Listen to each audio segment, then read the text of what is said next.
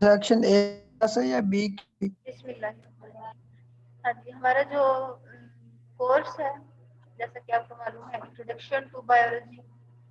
तो आज हमने अपना कोर्स स्टार्ट करना है और उसमें सबसे पहले जो आपके कोर्स कंटेंट्स हैं वो मैंने आपके ग्रुप में शेयर कर दिए हुए हैं। आप उनको एक दफ़ा देखिए। हम इंशाल्लाह जिस तरतीब से आपके कोर्स कंटेंट्स हैं हम उसी तरतीब से चलेंगे और इंशाल्लाह हम सारे कोर्स कंटेंट्स कवर करेंगे। और एक बात जो आपकी फेवर में जाती है वो ये कि बहुत थोड़े से कोर्स कंटेंट्स हैं आपके, तो इस वजह से इंशाल्लाह हमारा सिलेबस बहुत जल्दी खत्म हो जाएगा। हम सिलेबस को इस तरह से कवर करेंगे कि एक चीज के लिए आप बिल्कुल रिलैक्स रहिए कि प्रेजेंटेशन जो आपकी कोई अगर होती हैं तो वो आपकी सिलेबस का हिस्सा नहीं होंगी, आपके सिलेबस का पार्ट नहीं होंगी। सारा सिलेबस जो है वो मैं आपको खुद कवर इंशाल्लाह करवाऊंगी, ठीक है। सब कुछ मैं इंशाल्लाह खुद पढ़ाऊंगी और जो मैं पढ़ाऊंगी आपके सिलेबस का हिस्सा सिर्फ वही होगा। ऐसा नहीं होगा कि जो आप प्रेजेंट करें, आप प्रेजेंटेशन दे रहे हैं वही मैं आपको उठा के दे दूँ कि ये आपका सिलेबस का पार्ट है, ठीक है, ऐसा नहीं होगा। तो करना आपने ये है कि अगर आपकी यहाँ पे कोई कनेक्टिविटी का इशू आ रहा है या कोई भी वजह हो सकती है, अगर आपका आप किसी वजह से कोई वजह है कि आप क्लास नहीं किसी दिन ले सके, तो उसके लिए भी आपको फिक्रमंद होने की जरूरत नहीं है कि इंशाल्लाह मैं आपको रिकॉर्डेड लेक्चर प्रोवाइड करूंगी। लेकिन एक बात आपने याद रखी, आपके अटेंडेंस के 5 मार्क्स हैं। अगर आप किसी वजह से अटेंड नहीं कर सके क्लास, कोई जेन्युइन रीजन थी, तो वो एक अलग बात है। लेकिन इस वजह से आप ना करें कि आपको चूंकि रिकॉर्डेड लेक्चर मिल ही जाने हैं, तो इस तरह से आपने नहीं करना। आपके अटेंडेंस के 5 मार्क्स हैं, आपने क्लास में खुद मौजूद होना है, ठीक है। बाकी ये कि बहुत ही आसान सा आपका कोर्स है, बहुत आसान कोर्स है और इंशाल्लाह जब हम इसको पढ़ेंगे तो हम इसको और ज़्यादा आसान बना के पढ़ेंगे। आपको उसमें कोई डिफिकल्टी इंशाल्लाह नहीं होगी। तो बाकी ये कि आप लोग चूंकि बायो के बच्चे नहीं हैं, बायो के स्टूडेंट्स आप नहीं हैं, आपने पहले बहुत ने बायो नहीं पढ़ी हुई है, तो बहुत बेसिक से हमने स्टार्ट करना है।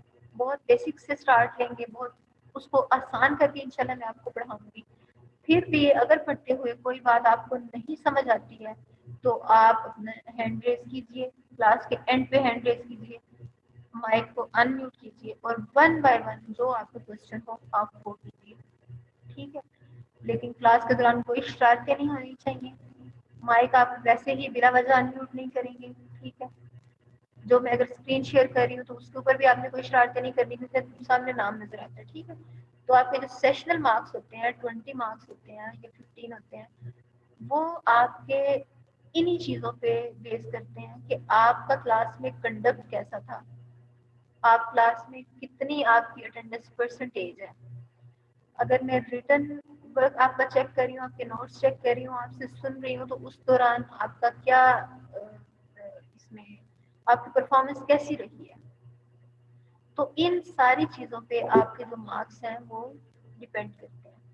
बाकी एक और चीज मैं आपको क्लियर कर दूं कि मैंने डेली बेसिस पे इंशाल्लाह आपके नोट्स चेक करने हैं, आपने अपने पास लिखना है। और एक चीज मैंने पहले ही आपको क्लैरिफाई कर दी थी कि जो चीज मैं पढ़ाऊंगी वो सिलेबस का हिस्सा होगी। अगर मैं आपको कोई रिकमेंडेड बुक है, मैं आपको पीडीएफ फाइल आपको दे भी देती हूँ, आपके साथ शेयर कर देती हूँ, उसके अंदर उस टॉपिक से रिलेटेड जो भी लिखा आप जरूर पढ़िए, उसको आप और भी सर्च करके पढ़िए। लेकिन पेपर में मैं जो पूछूंगी मैं सिर्फ उतना पूछूंगी जितना मैंने आपको पढ़ाया होगा। ऐसा नहीं होगा कि मैंने आपको नोट्स प्रोवाइड किए हैं और कोई बात मैंने उसमें नहीं भी पढ़ाई हुई तो मैं आपसे वो भी पूछ लूँ, ऐसा नहीं होगा। जो मैं पढ़ा रही हूँ आपके पेपर का वही हिस्सा होगा, ठीक है। और चूंकि पेपर जो है वो एमसीक्यू टाइप ऑनलाइन सिस्टम में होने हैं, उम्मीद यही है, तो उसके लिए आपकी तैयारी स्टार्ट से ही स्टार्ट हो जाएगी। आपने नोट्स अपने पास पूरे बना के रखने हैं ताकि जब आपका सिलेबस कवर हो तो एंड पे आपके पास अपने हाथों से लिखे हुए पूरे कोर्स कंटेंट्स के नोट्स मौजूद हो।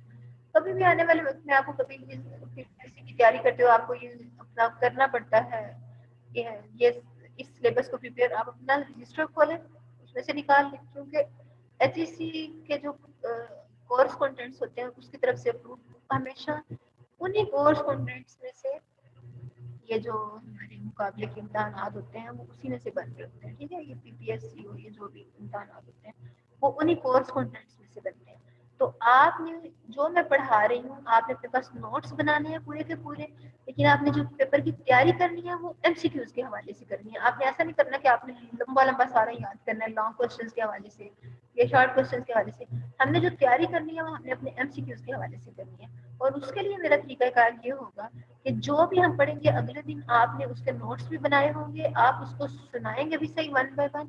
और जब एक टॉपिक हम कवर कर लेंगे तो आपकी क्लास जो है वो कितने हैं टोटल 16 लोग, तो 16 में से आप यूँ कर लेंगे 5-5 के ग्रुप्स बना लेंगे, 3 ग्रुप्स, और हर एक जो बच्चा है वो 5 MCQ, सिर्फ 5 या 10 कर लेते हैं, ठीक है। हर एक स्टूडेंट जो है वो 10 MCQ बनाएगा उस टॉपिक में से। और ऐसा नहीं होगा कि एक ही जैसे MCQs हों, बल्कि आपस में आप लोग पोर्शन जो है वो डिवाइड कर लेंगे, ठीक है। कि अगर PDF फाइल है तो उसका फर्स्ट पेज जो है वो फर्स्ट ग्रुप बना रहा है। अगर हमारा कोई टॉपिक है वो 3 पेजेस पे वो कवर हो जाता है, 3 PDF फाइल में 3 पेजेस हम पढ़ते हैं वो कवर हो जाता है। तो हर एक जो है वो उस PDF फाइल के जो पोर्शन है उसमें से बनाएगा, जो भी असाइन होगा पोर्शन किसी एक ग्रुप को।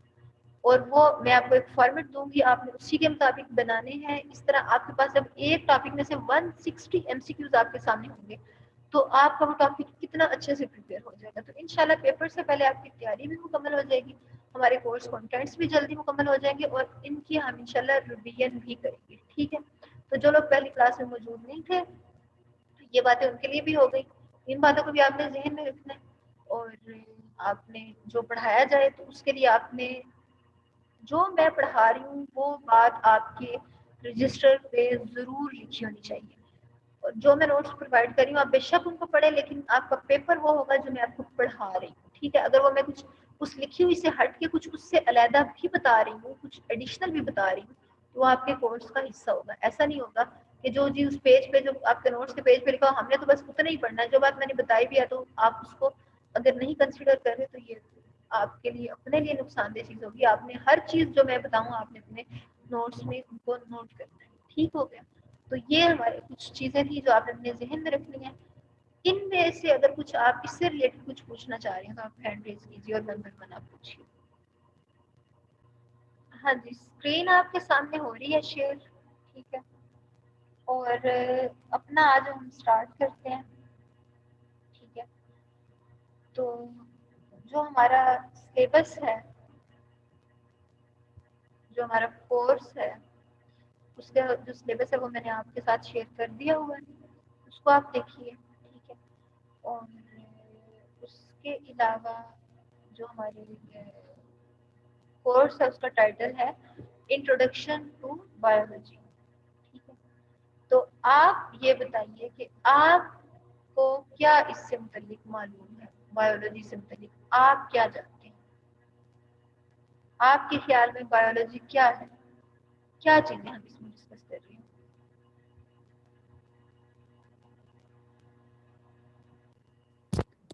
हाँ जी, The study of living thing is called biology.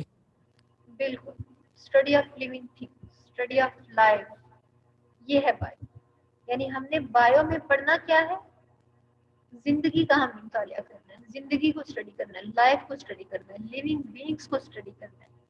Living beings के अंदर क्या हो रहा है हमने उसको स्टडी करना है, क्या प्रोसेसेस हो रहे हैं, क्या फंक्शन हो रहे हैं, कैसा स्ट्रक्चर है लिविंग बीइंग का, लिविंग बीइंग क्या फंक्शन परफॉर्म कर रहे हैं, अपने इन्वायरमेंट में किस तरह से सर्वाइव कर रहे हैं, किस तरह से रह रहे हैं, हमने इस चीज को स्टडी करना है। जी सुल्तान मेकन, आप क्या कहना चाह रहे हैं।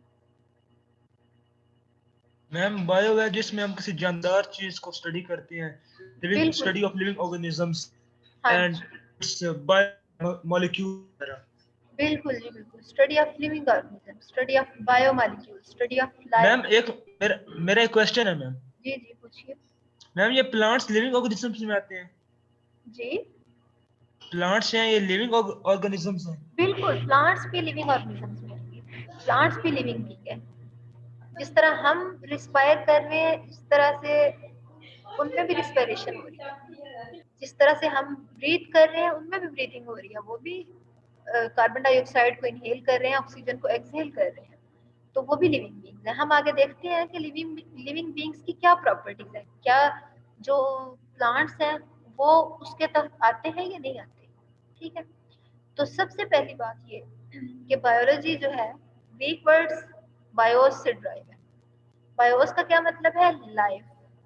लोगो मीन स्टडी, तो biology study of life, study of living beings, study of life and biology. हम लिविंग तो वो होते हैं जो फिर सकते हैं, प्लांट्स कैसे लिविंग बता दो। जी, सिर्फ लाइफ की प्रॉपर्टी ये नहीं होती कि जो चल फिर सके वो लिविंग होगा। ठीक है, तो लाइफ की और भी प्रॉपर्टीज हैं, वो हम देखते हैं कि क्या क्या प्रॉपर्टीज है। अगर आप एक कुर्सी पड़ी है, अगर आप उसको घसीट रहे हैं तो अब चल तो वो भी रही है। ठीक है, एक जो अपनी जगह, यानी चलने का ये मतलब है जो अपनी जगह तब्दील करे। ठीक है, या अगर आप इसको किसी भी तरह से फोर्स लगा रहे हैं, प्रेशर दे रहे हैं और ये चले, अपनी जगह तब्दील कर ले, तो इसका मतलब ये नहीं है कि ये चले। अब जो पौधे हैं चलते तो वो भी नहीं है, लेकिन वो लिविंग भी है। तो ये कोई लाइफ की प्रॉपर्टी नहीं है कि चीज चल रही है तो वो लिविंग भी है। लाइफ की प्रॉपर्टीज कुछ और है। ठीक है, तो हम ये देख लेते हैं कि कुछ चीजें लिविंग बीइंग और नॉन लिविंग बीइंग दोनों में सेम होती हैं। ठीक है, अगर सेम भी कुछ चीजें हैं तो कुछ डिफरेंट भी तो होंगी, तभी हम डिफरेंशिएट करेंगे ना कि ये लिविंग है, ये नॉन लिविंग है। जैसे हम ये कहते हैं कि जो लिविंग बीइंग है या नॉन लिविंग है, दोनों ही एटम्स से बने होते हैं। ये जिस तरह हम कहते हैं ना कि कमरा दीवारों से बना हुआ है, कोई बेसिक यूनिट होता है।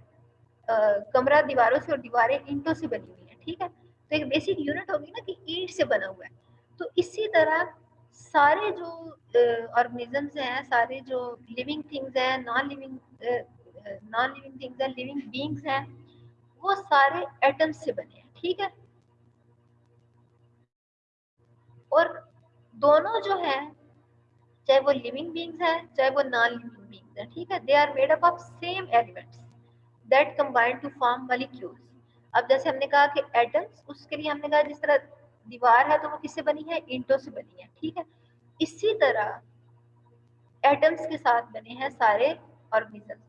एंड बोथ यानी कि लिविंग एंड नॉन, बोथ का मतलब है कि लिविंग एंड नॉन लिविंग दोनों जो है they are made up of same elements that combine to form molecule. अब सेम एलिमेंट्स जो है वो मिलते हैं और उनके मिलने से मॉलिक्यूल बनते हैं। ठीक है, एटम्स मिले तो क्या बना? एलिमेंट्स। एलिमेंट्स जब आपस में कंबाइन किया तो उससे क्या बने? मॉलिक्यूल। जैसे अगर आप कहें कि ईंटों से दीवार बनी और फिर आपस में दीवारें मिल गई, तो दीवारों के मिलने से एक कमरा बन गया। ठीक है, तो एलिमेंट्स के मिलने से मॉलिक्यूल्स बन गए, और मॉलिक्यूल्स जो हैं वो आपस में इंटरेक्ट करते हैं, आपस में एक दूसरे से रिलेटेड होते हैं, इंटरलिंक्ड होते हैं, एक दूसरे के साथ उनका कनेक्शन होता है। तो मॉलिक्यूल्स चाहे लिविंग बीइंग के हैं चाहे नॉन लिविंग बीइंग के हैं, आपस में वो इंटरेक्ट कर रहे होते हैं। ठीक है, अब ये जो चीज है ये सेम है, चाहे वो लिविंग बीइंग्स है चाहे वो नॉन लिविंग बीइंग्स है। ठीक है, तो फर्क फिर कहाँ पे आता है लिविंग बीइंग्स और नॉन लिविंग बीइंग्स में? वो हम ये देखते हैं। हाँ जी, स्क्रीन शेयर हो रही है ना आपके सामने? अब थोड़ा मैग्नीफाई होके आपके सामने आ रही होगी। ठीक है, अब आप देखिए कि लिविंग बीइंग्स और नॉन लिविंग बीइंग्स जो हैं वो कुछ चीजें उनमें डिफरेंट भी होती हैं। यानी ये तो हो गया कि उनमें एटम्स होते हैं, हर एक एटम से बने, एटम्स के कंबाइन करने से एलिमेंट्स बन रहे हैं, एलिमेंट्स आपस में मिलके मॉलिक्यूल्स बना रहे हैं, और मॉलिक्यूल्स जो है इनका आपस में इंटरेक्शन होता है। ठीक है, ये तो बात हो गई ये कि लिविंग बीइंग और नॉन लिविंग बीइंग में ये चीज सेम है। अब हम अगर ये देखें कि लिविंग बीइंग और नॉन लिविंग बीइंग में फर्क क्या है, तो फर्क ये है कि इनके अंदर सेलुलर स्ट्रक्चर जो है वो लिविंग बीइंग के अंदर होता है। ठीक है, यानी कि ऐसा नहीं होता कि जो नॉन लिविंग बीइंग है आप कहें ये भी सेल से बनी है, नहीं, जो जो भी लिविंग बीइंग्स है हमेशा वही सेलुलर स्ट्रक्चर पे मुश्तमिल होंगे, यानी वो सेल्स से बने होंगे। ठीक है, अब ऐसा भी हो सकता है कि एक ही सेल हो और वो एक जानदार बना रहा हो, ऐसा भी हो सकता है कि ट्रिलियंस ऑफ सेल्स हो और एक जानदार। जैसे अगर हम हैं तो हम तो ट्रिलियंस ऑफ सेल से बने हुए हैं, हम मल्टी सेलुलर हैं, हमें बहुत ज्यादा सेल्स हैं। जबकि कुछ जानदार ऐसे होते हैं जो सिंगल सेल पर मुश्तमिल होते हैं, यूनिसेलुलर होते हैं, जो सिंगल सेल पे मुश्तमिल होते हैं उन्हें हम कहते हैं यूनिसेलुलर। अब ये कोई वायरसेस हो सकते हैं कि एक ही सेल है और पूरा उसके अंदर सारी लाइफ वाली प्रॉपर्टीज है कि उनके अंदर रिप्रोडक्शन हो रही है, वो अपना नंबर इंक्रीज कर रहे हैं, ठीक है, जो लाइफ की प्रॉपर्टीज होती हैं वो खुद को खुद सस्टेन कर रहे हैं। तो इस तरह जो ऑर्गेनिज्म जो एक सेल पे मुश्तमिल हो या एक से ज्यादा सेल पे मुश्तमिल हो, जो भी सेल पे मुश्तमिल है उसे हम कहेंगे कि ये लिविंग बीइंग है, ठीक है। और हर एक के अंदर क्या होता है, प्रोटोप्लाज्म, ठीक है।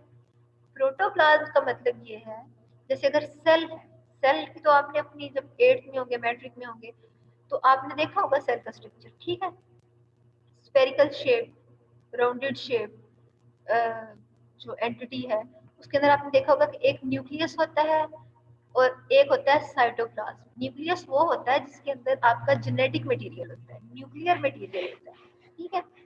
जबकि जो साइटोप्लाज्म है उसके अंदर दूसरे मॉलिक्यूल्स पड़े होते हैं, जैसे कार्बोहाइड्रेट्स होते हैं, प्रोटीन्स होते हैं, इनसे मिले हुए मिलके जो चीजें बनती हैं सेल की ऑर्गेनेलिज होती हैं, ठीक है।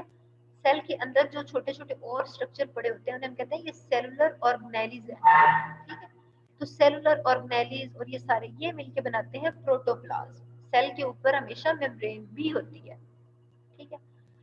तो ये जो है ना जेनेटिक मटेरियल जो न्यूक्लियस के अंदर होता है वो एक जनरेशन से दूसरी जनरेशन में ट्रांसफर होता है, ठीक है।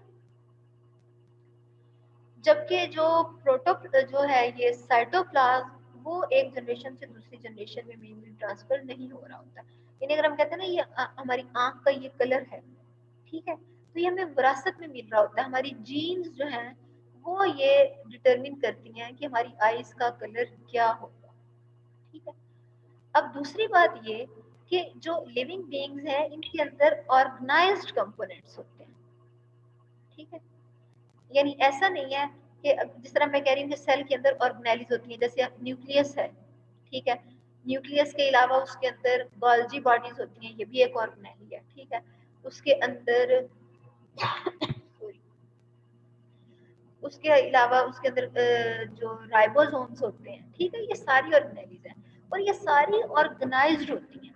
ऐसा नहीं होता कि इनका आपस में कोई कनेक्शन ना हो, कोई ताल्लुक ना हो, इनका आपस में कनेक्शन होता है, ये एक दूसरे से लिंक्ड होती हैं सारी ऑर्गेनेलीज, ठीक है। और जो लिविंग बीइंग्स हैं इनकी जो इसके अलावा एक और प्रॉपर्टी है वो ये है कि ये ओपन सिस्टम होते हैं, ठीक है। यानी इनके दोनों ये एक्सचेंज कर सकते हैं चीजों को, यानी मैटर भी एक्सचेंज हो रहा होता है और एनर्जी भी एक्सचेंज हो रही होती है, ठीक है। अब जैसे क्लोज सिस्टम है, क्लोज सिस्टम में ऐसा नहीं होता है, ठीक है, कि मैटर और एनर्जी दोनों एक्सचेंज हो रहे हैं, तो में सिर्फ एनर्जी एक्सचेंज होती है लेकिन मैटर एक्सचेंज नहीं होता। जैसे हीट भी तो एनर्जी की एक फॉर्म है ना। आप देखिए कि अगर आपने फ्लास्क में, स्टील की फ्लास्क में चाय डाली है, अगर वो गर्म है, ठीक है, तो हीट जो है वो बाहर जाएगी ना इन्वायरमेंट में, यानी हीट जो है वो एक्सचेंज हो रही है और वो जो बाहर के कम एनर्जी वाले मॉलिक्यूल है, या आप सादा लफ्जों में ये समझिए कि हीट जो है वो बाहर जा रही है और जो चाय वो ठंडी हो रही है, ठीक है। अब चाय तो स्टील की फ्लास्क में से बाहर नहीं ना जा रही, जो हमारा मैटर है वो तो चाय है ना, टी है, टी जो है वो नहीं एक्सचेंज हो रही इन्वायरमेंट और फ्लास्क के दरमियान, लेकिन हीट जो है, जो एनर्जी है वो एक्सचेंज हो रही है। तो ऐसा सिस्टम जिसमें एनर्जी एक्सचेंज हो उसको हम कहते हैं ये क्लोज्ड सिस्टम है। लेकिन अगर एनर्जी और मैटर दोनों एक्सचेंज हो रहे हो तो उसको हम कहते हैं ये ओपन सिस्टम है, ठीक है। बाद दफा ऐसे सिस्टम भी होते हैं जो आइसोलेटेड होते हैं, ठीक है, जिनके अंदर ना मेटल जा रहा होता है ना एनर्जी जा रही होती है, ना उनमें से बाहर आ रहे होते हैं। तो ऐसे जैसे अगर आपने चाय को थर्मस में डाल दिया, ठीक है, अगर आपने उसको थर्मस में डाल दिया तो वहां पे तो वो गर्म की गर्म रहेगी, यानी हीट भी ट्रांसफर नहीं हो रही, ना चाहे उसमें से बाहर आ रही है जब तक कि आप उसमें से खुद ना निकालें, ठीक है। तो ऐसा सिस्टम जिसमें ना हीट ना एनर्जी का ट्रांसफर हो ना मैटर का ट्रांसफर हो, उसको हम कहते हैं ये आइसोलेटेड सिस्टम है, ठीक है। तो ये एक प्रॉपर्टी थी, थर्ड प्रॉपर्टी लिविंग बीइंग्स की, ठीक है। अच्छा, उसके बाद ये कि जो लिविंग बीइंग्स हैं उनके अंदर लाइफ प्रोसेसेस हो रही होती है, ठीक है। यानी कि उनके अंदर ये न्यूट्रिशन वाला सीन भी होता है, वो न्यूट्रिएंट्स लेते हैं, ठीक है, क्योंकि उन्हें ग़िज़ाइयत चाहिए। उनके अंदर ब्लड सर्कुलेट कर रहा होता है, फूड सर्कुलेट कर रही होती है, उसके अलावा उनके अंदर गैसेस सर्कुलेट कर रही होती है, ठीक है, रिस्पायरेशन हो रही होती है, एनर्जी जनरेट हो रही होती है, जो एक्स्ट्रा कोई मटेरियल हो बॉडी के अंदर जो बॉडी की रिक्वायरमेंट नहीं है उसको एक्सक्रीट किया जाता है, उसको खारिज किया जाता है। ठीक है, अब ये जो सारे लाइफ प्रोसेसेस हैं इनको हम कहते हैं मेटाबॉलिज्म, यानी फूड को आप ले रहे हैं, उस फूड से फिर आप एनर्जी जनरेट कर रहे हैं, इस सारे प्रोसेस को हम कहते हैं मेटाबॉलिज्म। और इसी जाहिर है मेटाबॉलिज्म के दौरान ही कुछ ऐसे प्रोडक्ट्स भी बनती हैं जिनकी हमारी बॉडी को जरूरत नहीं होती, तो उनको हम एक्सक्रीट कर देते हैं। तो कलेक्टिवली हम ये कहते हैं कि लाइफ प्रोसेसेस जो हैं वो मेटाबॉलिज्म है। मेटाबॉलिज्म हमारी लाइफ के प्रोसेसेस को अगर हम करें ना चीज़ों को हम कलेक्टिवली कहें कि क्या प्रोसेस हो रहा है तो मेटाबॉलिज्म अंदर चल रहा है। ठीक है, फिर ये कि जो लिविंग बीइंग्स हैं उनमें होम्योस्टेसिस होती है। ठीक है, होम्योस्टेसिस का मतलब है कि वो अपनी बॉडी को ना एक नॉर्मल रेंज में रखते हैं, यानी हम कहते हैं ना कि हमारी बॉडी का जो टेम्परेचर है वो 37 तक रहता है। ठीक है, अगर वो थोड़ा सा गर्मियों में थोड़ा ज्यादा हो जाता है, सर्दियों में थोड़ा कम हो जाता है, लेकिन उसको 37 के थोड़ा सा आगे या थोड़ा सा पीछे रखते हैं, एक रेंज के अंदर रखा जाता है हमेशा लिविंग बीइंग्स के अंदर सारी कंडीशंस को।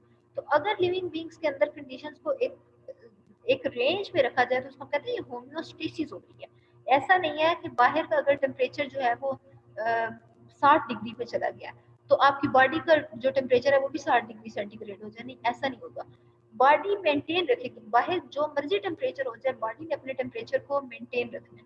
तो बॉडी जो अपना टेम्परेचर मेंटेन रख रही है तो उसको हम कह रहे हैं बॉडी होम्योस्टेसिस कर रही है। ठीक है, दूसरी जो प्रॉपर्टीज है इसकी लिविंग बीइंग्स की वो ये कि ये इनके अंदर ग्रोथ होती है। ठीक है, अपना साइज ये इंक्रीज करते हैं, फिर इनमें मेच्योरिटी भी आती है, यानी ये एडल्ट होते हैं, फुली डेवलप करते हैं ये। ठीक है, फिर ये रिप्रोड्यूस भी करते हैं। ये प्रॉपर्टीज जो हैं ये हमें नॉन लिविंग में नजर नहीं आती हैं कि उनका साइज नहीं इंक्रीज होता, वो एडल्टहुड तक नहीं पहुंचते, वो रिप्रोड्यूस नहीं करते, अपना नंबर इंक्रीज नहीं करते, जबकि हमें लिविंग बीइंग्स में ये प्रॉपर्टीज नजर आती हैं। ठीक है, उसके अलावा ये कि जो लिविंग बीइंग्स हैं वो कॉन्शियसनेस एग्जिबिट करते हैं। ठीक है, कैसे एग्जिबिट करते हैं कि लिविंग बीइंग्स की एक सबसे जो अहम प्रॉपर्टी है ना, सबसे अहम, वो है इरिटेबिलिटी। इरिटेबिलिटी यानी सेंसिटिविटी, या आप यूं कह लें कंडक्टिविटी, यानी आप इसको सिंपल वर्ड्स में याद रखें और अपने इसको नोट भी आप कीजिएगा कि रिस्पॉन्ड टू चेंज। कोई अगर चेंज आता है तो उसको ये रिस्पॉन्स देते हैं, उसको रिस्पॉन्ड करते हैं। तो ये जो इरिटेबिलिटी है, रिस्पॉन्ड टू चेंज, ये लिविंग बीइंग की प्रॉपर्टी है। यानी अगर इन्वायरमेंट में कुछ ठंड आ रही है तो हम अपने खुद को उसके मुताबिक मेंटेन करेंगे, एडजस्ट करेंगे कि हमारा जो बॉडी का टेम्परेचर है वो ना गिर जाए, वो ना कम हो जाए। अगर बाहर बहुत गर्मी है तो हम खुद को इन्वायरमेंट के अकॉर्डिंग खुद को एडजस्ट करेंगे, मेंटेन करेंगे कि किस तरह से हमारा जो बॉडी का टेम्परेचर है वो बहुत ज्यादा इंक्रीज ना कर जाए बाहर के टेम्परेचर इंक्रीज करने से। तो बाहर जो चेंज आ रहा है हम उसको रिस्पॉन्ड कर रहे हैं। जब भी हम चेंज को रिस्पॉन्ड करते हैं तो इस प्रॉपर्टी को कहते हैं इरिटेबिलिटी, और ये लिविंग बीइंग्स की सबसे अहम प्रॉपर्टी है इरिटेबिलिटी। ठीक है, उसके अलावा लिविंग बीइंग्स के अंदर हीलिंग भी होती है, रिपेयर भी होता है।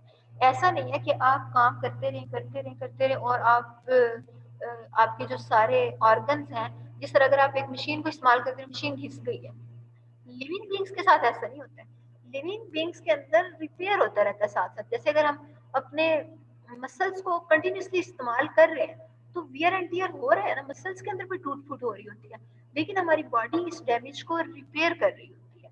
तो लिविंग बीइंग्स की ये खसूसियत है कि वो हीलिंग और रिपेयरिंग हो रही होती है उनके अंदर साथ साथ। ठीक है, दूसरा ये कि इनके अंदर अडाप्टेबिलिटी होती है। कोई इन्वायरमेंट के अंदर कोई चेंज आ रहा है तो ये उसके मुताबिक अडाप्ट कर लेते हैं खुद को। ठीक है, उसके अलावा इनके अंदर वेरिएशंस होती हैं। ऐसा नहीं होता कि सारे जो लिविंग बीइंग्स हैं वो सेम है। कोई एक भी आप एग्जांपल उठा लें, आपको कोई लिविंग बीइंग ऐसे नजर नहीं आएंगे कि वो एक जैसे हो, आपको वेरिएशंस नजर आएंगे, डिफरेंसेस नजर आएंगे। तो डिफरेंसेस जो है वो आपको नॉन लिविंग बीइंग में नजर नहीं आते हैं। अगर आप एक कुर्सी देख रहे हैं उसके साथ की आप बेशक 1000 कुर्सियां देख लें तो वो एक जैसी होंगी। ठीक है, लेकिन अगर आप कुर्सियों ये नॉन लिविंग हो गए ना, लेकिन अगर आप इंसानों को देखें या अगर आप हैवानों में से किसी और को देखें तो आपको उनके अंदर वेरिएशंस नजर आएंगी। सबसे बड़ी बात यह है कि किसी भी दो जानदार ऐसे नहीं जिनके आंखों का कलर एक जैसा हो, जिनके फिंगर टिप्स एक जैसी हो, ये जो आपकी टिप्स पे ये जो है फिंगर टिप्स यानी ये सेम हो, ठीक है। तो दूसरा ये भी एक इनमें होता है कि ये टाइम के साथ साथ इवॉल्व होते हैं, इनके अंदर चेंजिंग्स आती रहती हैं, ज्यादा इनके अंदर बेटरमेंट आती है। ऐसा नहीं होता कि पहला इंसान जिस तरह का था जब ये शुरू हुए इंसान दुनिया में आना, तो जैसे पहले थे अब तक वैसे आ रहे हैं। तो आप देखते होंगे कि हाइट जो है वक्त के साथ साथ कम होती जा रही है, ठीक है। पहले जो है वो 34 दांत होते थे, अब 32 हो गए। तो इस तरह करके चीजें इवॉल्व हो रही हैं, चेंज हो रही हैं। ऐसा नहीं है कि जैसा पहले था वैसा ही अब भी है, ठीक है। फिर उसके बाद ये है कि जो लिविंग बीइंग है इनका डेफिनेट लाइफ स्पैन होता है, ठीक है। यानी इनकी डेवलपमेंट हो रही होती है, उसके बाद डेवलपमेंट के बाद बर्थ होती है, बर्थ के बाद ये ग्रो करते हैं, ये एडल्टहुड तक पहुंचते हैं, मेच्योर होते हैं, एडल्टहुड तक पहुंच गए उसके बाद इनके अंदर एजिंग स्टार्ट हो जाती है, एजिंग के बाद एट द एंड इनकी डेथ भी हो जाती है, ठीक है। तो ये लाइफ स्पैन जो है ये हमें, ये सारे जो लाइफ प्रोसेसेस हैं ये हमें नॉन लिविंग में नजर नहीं आते, ठीक हो गया। हाँ जी, यहाँ तक कोई बात जो आपको क्लियर ना हुई हो?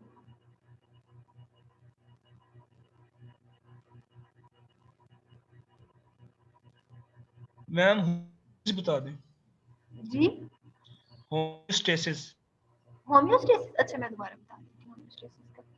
होम्योस्टेसिस ये है कि आपके इन्वायरमेंट में जो भी चेंज आ रहा है बॉडी उस चेंज को रेजिस्ट करती है और अपना जो इंटरनल इन्वायरमेंट है उसको मेंटेन रखती है, उसको एक रेंज के अंदर।